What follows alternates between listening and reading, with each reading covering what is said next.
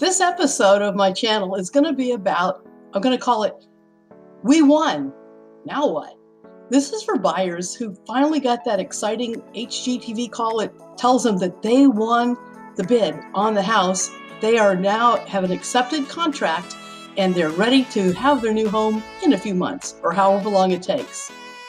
We're going to talk about exactly what happens next right now.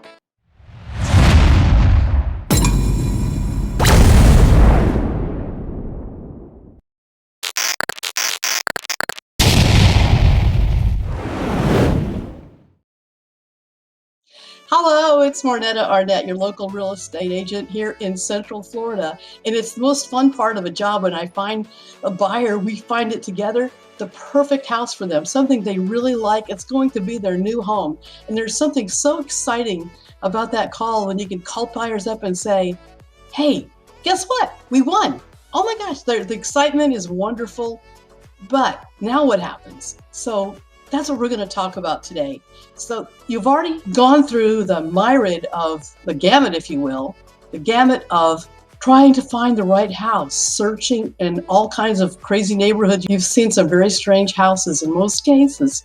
You found the one you like, you made an offer, which is really difficult in this 2021 spring market. There's not very many houses for sale. You find the house you want. You finally make a successful bid and your offer has been accepted. Okay, we've signed everything. Copies are going to everyone. The effective date is the first thing you need to know. The effective date of the contract is the date, but it's the date when everything has been delivered to the buyer and the seller. They have all the documentation that they need and the contract has been delivered. The effective date of the contract starts the countdown for a number of things. The first thing you want to be aware of is you have however many days, depending on your offer, how many days to get the escrow deposited with the title company.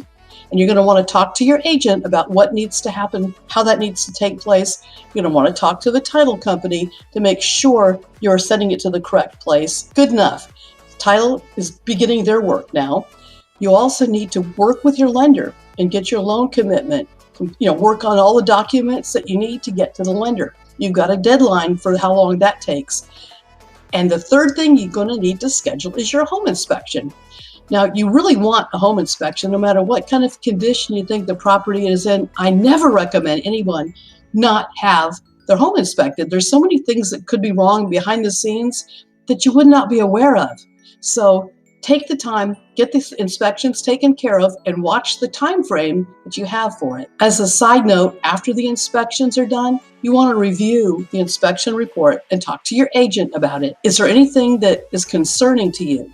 I recommend that my buyers look at what really needs to be fixed. Is there a major concern, and should you continue on with the contract? After the inspection report, if necessary, you'll need to work with your agent to negotiate any repairs.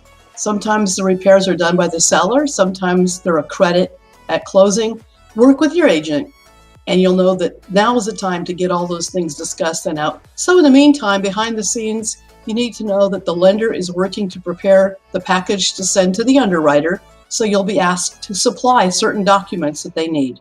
The loan package will go to the underwriter.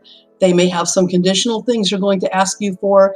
Sometimes it's annoying and tedious, but you have to do it. So just get it done and off we go to the next step. The title company is working on their end, trying to do all the searches and make sure the title is good and any liens, all that stuff, they're working together to put that. You don't have to do much with that unless they hear back from them and there's something that they're concerned about. We won't even go into what those could be just yet. At some point, the survey will be ordered by the title company, and that's usually not done until everything is completed with your inspection report and everything is taken care of as far as the lender is concerned. You don't want to pay for an appraisal on a property if all your ducks aren't lined up.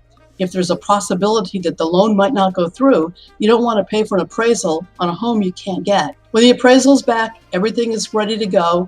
You want to arrange for a time to come in and sign your documents at the title company.